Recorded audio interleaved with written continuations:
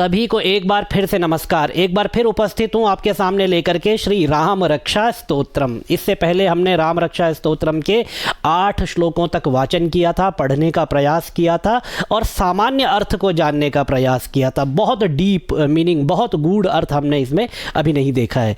तो आइए आज उसी क्रम को आगे बढ़ाते हैं और 9वें श्लोक से एक बार प्रारंभ करते हैं।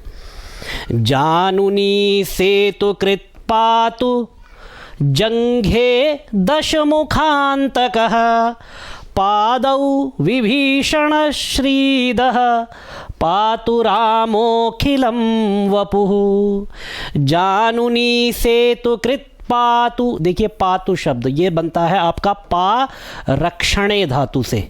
पा धातु आती है रक्षण करने के अर्थ में, तो ये वहाँ पे लोट लकार बनता है। पा धातु एक और होती है, जिनको व्याकरण में इंटरेस्ट है उनको ये आनंददायक लगेगा। पा धातु एक और आती है पीने के अर्थ में, जल पीना इत्यादि के अर्थ में, लेकिन यहाँ पर ये जो पा है इसको पिब आदेश हो जाता है। तो जो आप लोगों ने संस्कृत पढ़ी होगी, जो लोग पढ़ रहे होंगे, उनको एक धातु रूप प्राप्त होता होगा, पिबती पिबतः पिबंती। ये धातु रूप वर्ब्स होती है, क्रिया होती है। ये जैसे आपके इंग्लिश में वर्ब होती है, हिंदी में क्रिया होती है, तो संस्कृत में उसके लिए धातु रूप का प्रयोग किया जाता है। तो ये पिबती पिबतः पिबंती ये पीने के अर्थ में आती है। और ये पातु पारक्षणे धातु से जब बनता है तो इसका अर्थ होता है रक्षा करो।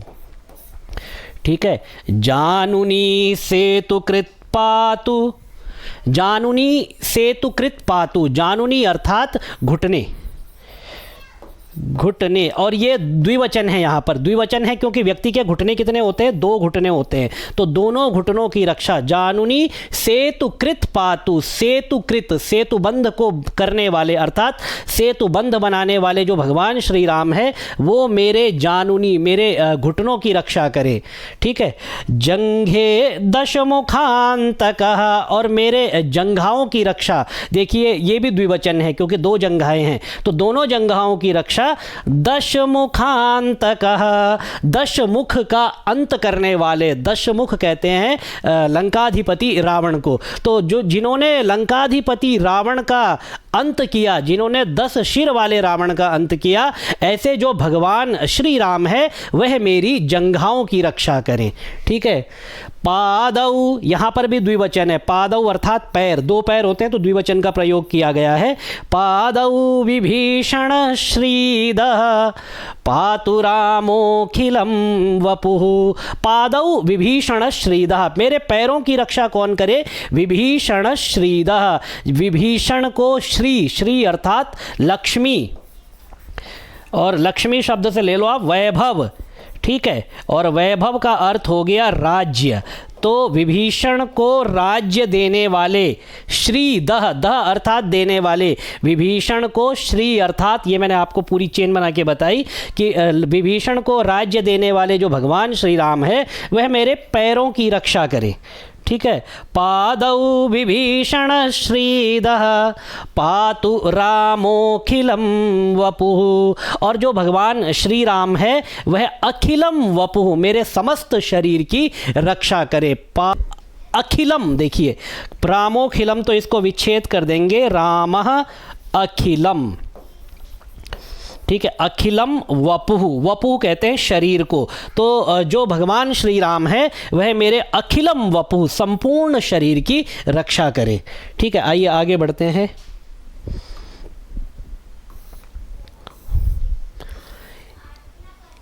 एतां राम बलोपेतां रक्षां यः सुकृती पठेत् सच्चिरायुः सुखी पुत्र विजयी विनयी भवेत्।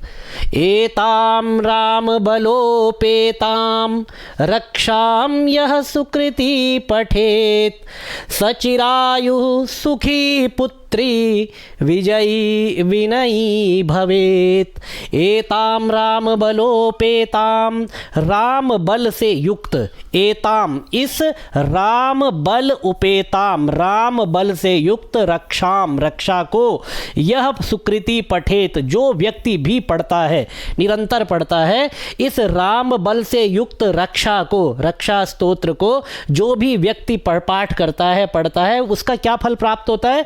सच्चिरायु सुखी, वह चिरायु हो जाता है, वह दीर्घायु हो जाता है, सुखी हो जाता है।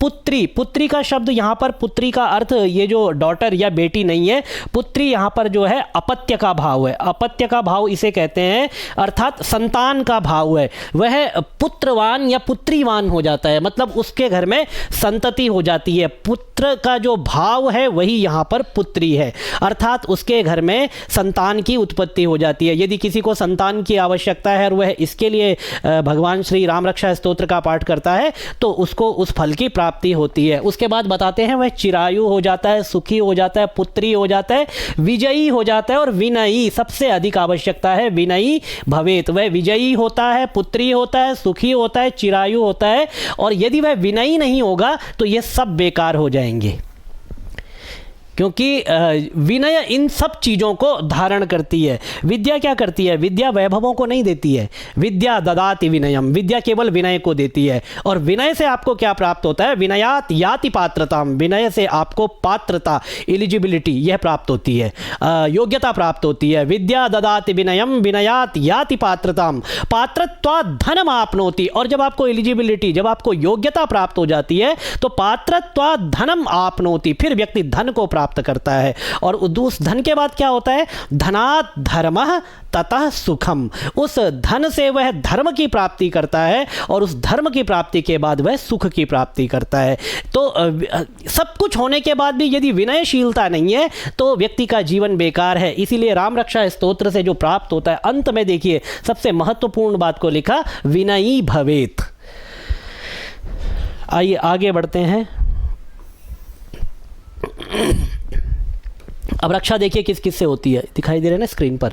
पाताल भूतल व्योमा, पाताल भूतल व्योमा चारिणश, यहाँ तक ले लीजिए, ये हो गया 8 आपके यहाँ तक, ठीक है। इसके बाद चारिणश छद्मचारिणः, देखिए छद्म ऐसे लिख लीजिए, आपको पढ़ने में थोड़ा आसान हो जाएगा। चारिणश्छद्मचारिणः पाताल भूतल, पाताल भूतल व्योम, चारिणश्छद्मचारिणः न द्रष्टुमपि शक्तास्ते रक्षितं राम नामभि, न द्रष्टुमपि शक्तास्ते रक्षितं राम नामभि। अब देखिए पाताल भूतल व्योम, जो पाताल में विचरण करते हैं, जो भूतल, भूतल अर्थात भूमि, इस धरती पर जो विचरण करते हैं, और व्योम, व्योम अर्थात आकाश, जो आकाश में विचरण करते हैं। व्योम चारिणः, ऐसे विचरण करने वाले, चारिणः मतलब विचरण करने वाले जो भी जीव हैं।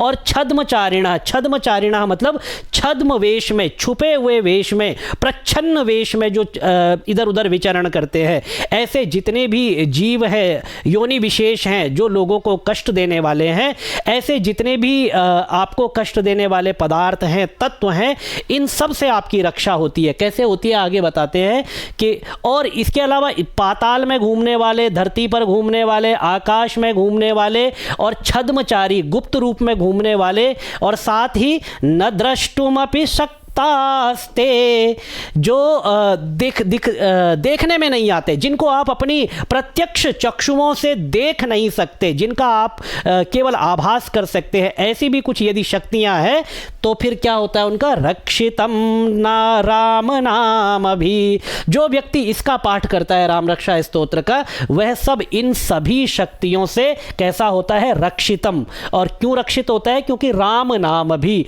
इस राम नाम के रक्षा स्तोत्र से, राम रक्षा स्तोत्र से वह जितनी भी ऊपर ये शक्तियां बताई गई है, इन सभी शक्तियों से इस जगत में रक्षित होता है, उसकी रक्षा उसको प्राप्त होती है। ठीक है, आगे बढ़ते हैं, इसको थोड़ा सा और आगे बढ़ाएं। रामेति रामभद्रेति रामचंद्रेति वा स्मरन् नरो न लिप्यते पापैर् भुक्तिं मुक्तिं च विन्दति। रामेति रामभद्रेति रामचंद्रेति वा स्मरन् नरो न लिप्यते पापैर् भुक्तिं मुक्तिं भुक्तिं च विन्दति। रामेति राम भद्रेति, जो राम शब्द का उच्चारण करता है, स्मरण करता है, राम भद्र शब्द का उच्चारण करता है या स्मरण करता है। राम भद्र शब्द का अर्थ होता है कल्याणकारक, ठीक है। और रामचंद्रेति, जो रामचंद्र इस शब्द का स्मरण करता है, ठीक है। जो व्यक्ति निरंतर इन शब्दों का स्मरण करता रहता है, ऐसा व्यक्ति नरो न लिप्यते पापैर, ऐसा नर, ऐसा मनुष्य न लिप्यते पाप। अब नर में यहाँ पर नारी भी है, ठीक है, क्योंकि यहाँ मनुष्य मात्र के लिए कहा गया, प्राणी मात्र के लिए नर शब्द का उच्चारण किया गया है, ठीक है। तो नरो न लिप्यते पापैर, ऐसा व्यक्ति पापों में लिप्त नहीं होता है और भुक्ति और मुक्ति, भुक्ति अर्थात भोगों को, संसार में जितने भी पदार्थ हैं उनके भोगों को प्राप्त करता है, सांसारिक भोगों को प्राप्त करता है, और मुक्तिम च विन्दति, और अंत में मुक्ति को प्राप्त करता है। तो अर्थात ऐसा व्यक्ति इहलौकिक सुख और पारलौकिक सुख दोनों प्रकार के सुखों को प्राप्त करता है। अब जब आप किसी व्यक्ति को राम राम कहते हैं तो आप ये समझिए, देखिए इसका लॉजिक क्या है। राम राम कहने का, आपने कहा राम राम राम राम, ऐसे हम किसी को करते हैं, जब किसी का अभिवादन करते हैं, किसी को विश करते हैं तो राम राम कहते हैं। देखिए ये जो माँ है ये 25वां अक्षर है वर्णमाला का, ठीक है, और ये जो र है ये वर्णमाला का 27वां अक्षर है, ठीक है। और ये जो अ है यहाँ पर, ये अ जो है वर्णमाला का दूसरा अक्षर है। आ दूसरे नंबर पर आती है ना आ की मात्रा, देखिए अ और उसके बाद आ, तो ये दूसरा अक्षर है वर्णमाला का। इनको प्लस कर दीजिए, तीनों को प्लस करते हैं तो आपको मिलता है 54, ठीक है। और इसी तरह से यहाँ पर भी कर दीजिए, इसका भी जो योग आएगा,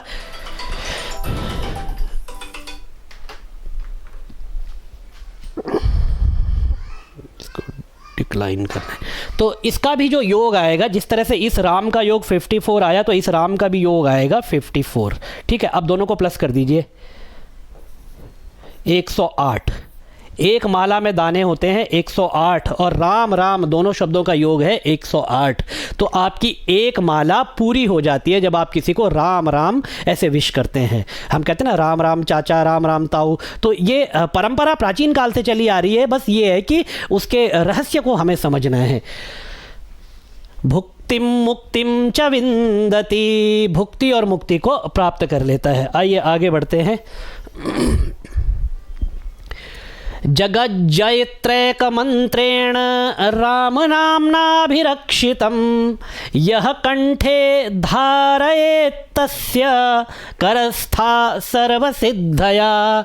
जगज्जयत्रैक, जगद एक ज आ गया, फिर दूसरा वाला जय, जयत्रैक, ठीक है, ऐसे अलग अलग लेंगे। जगज्जयत्रैक मंत्रेण रामनाम्ना भिरक्षितम यह कंठे धारयेत, देखिए धारयेत दो ता है तो एक आ गया, धारयेत आगे बचा है तो तस्य में चला जाएगा। यह कंठे धारयेत तस्य करस्थाः सर्वसिद्धयः। जगज्जयत्रेक मंत्रेण, ये कराने वाले एकमात्र जो मंत्र है राम नाम से सुरक्षित, इस स्तोत्र को कंठ में धारण कर लेता है। राम नाम से सुसज्जित यह स्तोत्र है, राम रक्षा स्तोत्र। जो व्यक्ति इसको अपने कंठ में धारण कर लेता है, कंठ में धारण करने का तात्पर्य है इसको कंठस्थ कर लेता है, इसको याद कर लेता है। यह कंठे धारयेत तस्य करस्थाः सर्वसिद्धयः। ये समझ लो कि संसार की जितनी भी सिद्धियां हैं वह उसके करस्थ हैं। करस्थ मतलब हाथ में स्थित है। हम कहते हैं ना बाएं हाथ का खेल, तो समझ लो उसके लिए संपूर्ण सिद्धियां फिर बाएं हाथ का खेल हो जाती है। वह निसंदेह इस संसार में जितनी भी सिद्धियां हैं, कितनी सिद्धियां, 8 प्रकार की सिद्धियां हैं और 9 निधियां हैं। आप हनुमान चालीसा पढ़ते हैं तो उसमें भी आता है, अष्ट सिद्धि नव निधि के दाता असब ईश्वर दीन जानकी माता।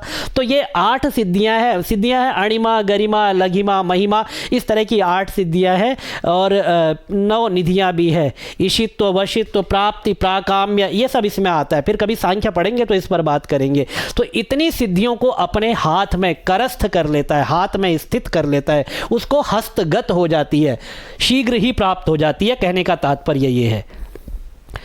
वज्र पंजर नामेदम यो राम कवचम स्मरेत अव्याहताज्ञः सर्वत्र लभते जयमंगलम। वज्र पंजर नामेदम यो राम कवचम स्मरेत अव्याहताज्ञः सर्वत्र लभते जयमंगलम। वज्र पंजर नामेदम, वज्र पंजर नामक यह राम का कवच है। ठीक है, वज्र पंजर नामक ये जो राम रक्षा स्तोत्र है, यह भगवान श्री राम के द्वारा दिया गया एक कवच है। और जो इस कवच का स्मरेत अर्थात स्मरण कर देता है, इस राम कवच का स्मरण करता है, वह कैसा हो जाता है? अव्याहताज्ञ। अव्याहताज्ञ उसको कहते हैं जिसकी आज्ञा का कभी कोई उल्लंघन नहीं करता, या जिसकी आज्ञा का कभी कोई उल्लंघन नहीं कर सकता। और किसकी आज्ञा का उल्लंघन नहीं होता है? जो प्रतिष्ठा को प्राप्त कर लेता है। अर्थात राम रक्षा स्तोत्र के पाठ से व्यक्ति इतनी प्रतिष्ठा को प्राप्त कर लेता है, इतनी प्रसिद्धि को प्राप्त कर लेता है कि उसके आज्ञा का कोई कभी उल्लंघन नहीं कर पाता। तो व्यक्ति इसी पद को प्राप्त कर लेता है। इसी को अव्याहताज्ञ कहते हैं, जिसकी आज्ञा का कभी कोई तिरस्कार नहीं कर सकता। व्यक्ति ऐसा अव्याहताज्ञ हो जाता है। और सर्वत्र लभते जय मंगलम। यह संसार में जितने भी प्रपंच व्यक्ति करता है, किस लिए करता है? कि उसे कहीं ना कहीं जिस क्षेत्र में भी वह जाता है, जहां पर भी वह अपने कार्य को करता है या किसी भी प्रकार से अपने जीवन को चलाता है, वहां पर उसको विजय की प्राप्ति हो, जय की प्राप्ति हो। और जय की प्राप्ति होने के साथ साथ क्या है? मंगल, उसका कल्याण हो। तो लभते जय मंगलम, तो विजय की भी प्राप्ति होती है, मंगल अर्थात शुभ की भी प्राप्ति होती है, कल्याण की भी प्राप्ति होती है। और अव्याहताज्ञा तो वह हो ही जाता है। ठीक है, लभते जय मंगलम, वह विजय और शुभ, अपना कल्याण दोनों को प्राप्त करता है। ठीक है,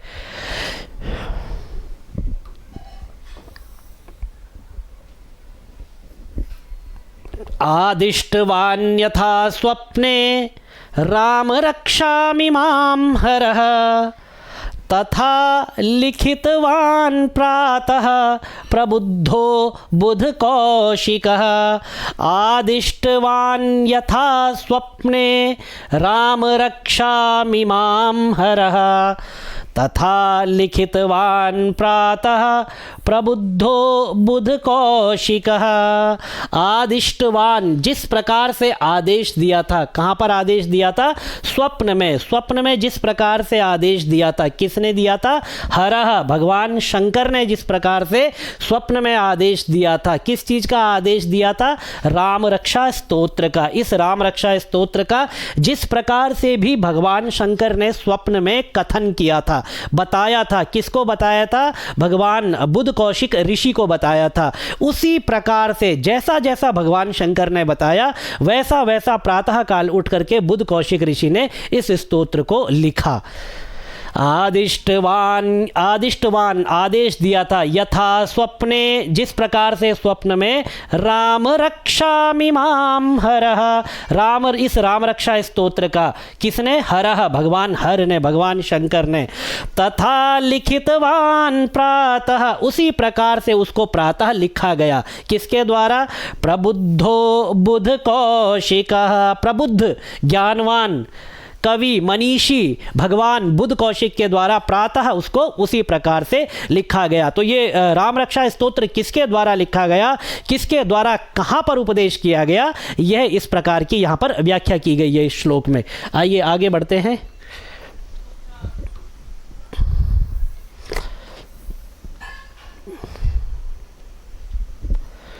आरामः कल्पवृक्षाणां आरामः कल्पवृक्षाणां विरामः सकलापदाम् अभिरामस्त्रिलोकानां रामः श्रीमान स नः प्रभु। नः मतलब हमारे, भगवान श्री राम नः प्रभु, किसके प्रभु हैं? हमारे प्रभु हैं। और कैसे हैं भगवान श्री राम जो हमारे प्रभु हैं? आरामः कल्पवृक्षाणाम, कल्प वृक्षों के बगीचे हैं भगवान श्री राम। आरामः अर्थात बगीचा है, वाटिका है। किस चीज़ की वाटिका है? कल्प वृक्ष की वाटिका है। विरामः सकलापदाम, और सकल आपदाम, सभी आपदाओं का विराम है। विराम अर्थात फुल स्टॉप, सभी आपदाओं का फुल स्टॉप है। इसके भगवान श्री राम का नाम लेने के बाद कोई भी आपदा व्यक्ति को परेशान नहीं करती है, इसीलिए विरामः सकल आपदाम, सभी आपदाओं का यह विराम है, फुल स्टॉप है। और इसके आगे क्या है? अभिरामस्त्रिलोकानाम, अभिराम है। अभिराम मतलब जो कि आनंद दे समस्त त्रिलोक को, समस्त लोक को, इस भूमंडल को, और जितने भी लोक हैं सभी लोगों को यह आराम देने वाले। यद्यपि इन्होंने यहाँ पर त्रिलोका नाम, तीन लोकों की बात की है, तीन लोगों को आनंद देने वाले हैं। ऐसे भगवान श्री राम श्रीमान स नः प्रभु, ऐसे भगवान श्री राम हमारे प्रभु हैं। इस प्रकार से अभी हमने इसके 16 श्लोकों को कर लिया है। अब ये सारे एक साथ जो श्लोक हैं इनको हम फिर कल के पाठ में आपके सामने लेकर के उपस्थित होंगे। तो आज आप इतने श्लोकों का अभ्यास करें, इसके आगे के जैसे ही आपको मिलेंगे कल जो वीडियो बनेगा उसमें आपको प्राप्त हो जाएंगे। संभवतः कल जो इसका अंतिम वीडियो होगा, कल के वीडियो में इसको समापन करने का प्रयास करेंगे। तो आज के पाठ को यहीं पर रोकते हैं। भगवान श्री राम के चरणों में सभी की प्रीति बनी रहे। ओम भगवते श्री रामाय नमः।